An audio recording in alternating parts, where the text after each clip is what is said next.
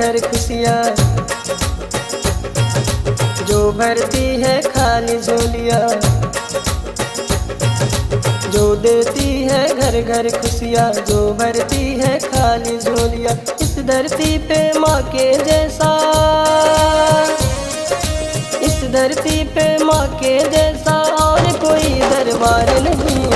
कलयुग में माँ के जैसा करता कोई प्यार नहीं, दुनिया में माँ के जैसा करता कोई प्यार नहीं। जो देती है घर घर खुशियाँ, जो भरती है खाली झोलियाँ, जो देती है घर घर खुशियाँ, जो भरती है खाली झोलियाँ। इस धरती पे माँ के जैसा,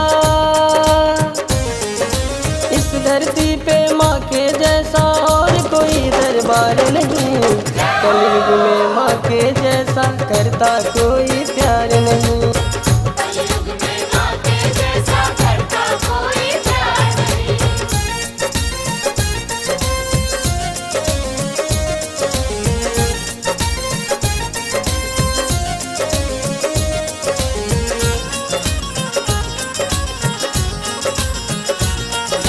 सबकी सुनती सबको देखती, घुस घुस खोरी यहाँ न चलती।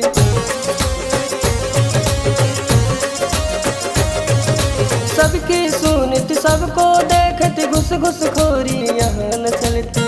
इनके ज्योति से जग उजियारा, इनके ज्योति से जग उजियारा, दिन दुखी को देती सहारा। दिन दुखी को देती सहारा। इनके ज्योति से जग उजियारा, दिन दुखी को देती सहारा। जानो तुम पहचानो भाई, जानो तुम पहचानो भाई, ऐसी कोई सरकार नहीं। कलयुग में माँ के जैसा करता कोई प्यार नहीं। कलयुग में माँ के जैसा करता कोई प्यार नहीं।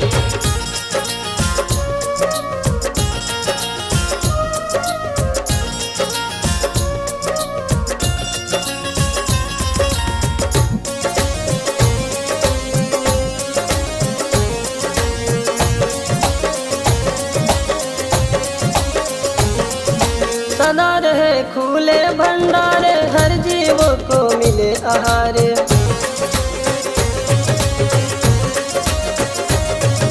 सदा रहे खुले भंडारे, हर जीव को मिले आहारे।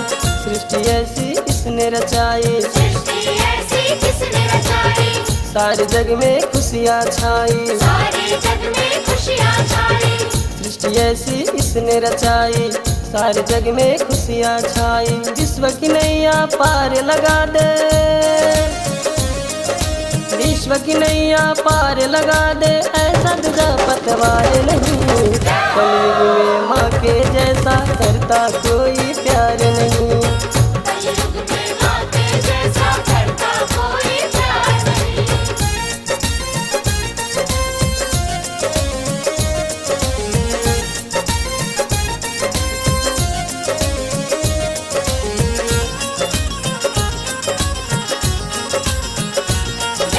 महिमा इनकी सबसे न्यारी, लगती है माँ प्यारी प्यारी।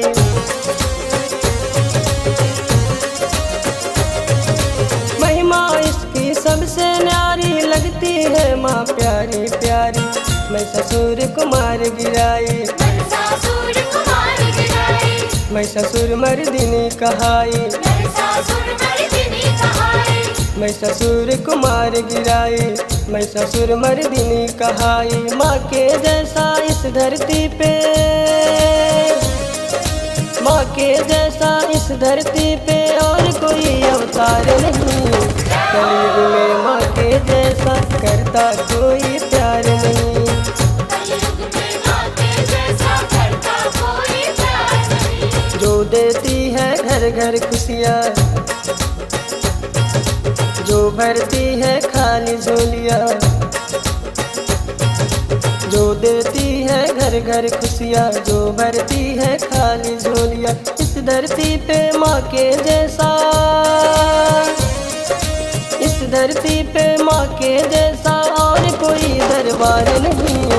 कलयुग में माँ के जैसा करता कोई प्यार नहीं, दुनिया में माँ के जैसा करता करता कोई प्यार नहीं। जो देती है घर घर खुशियाँ, जो भरती है खाली झोलियाँ, जो देती है घर घर खुशियाँ, जो भरती है खाली झोलियाँ।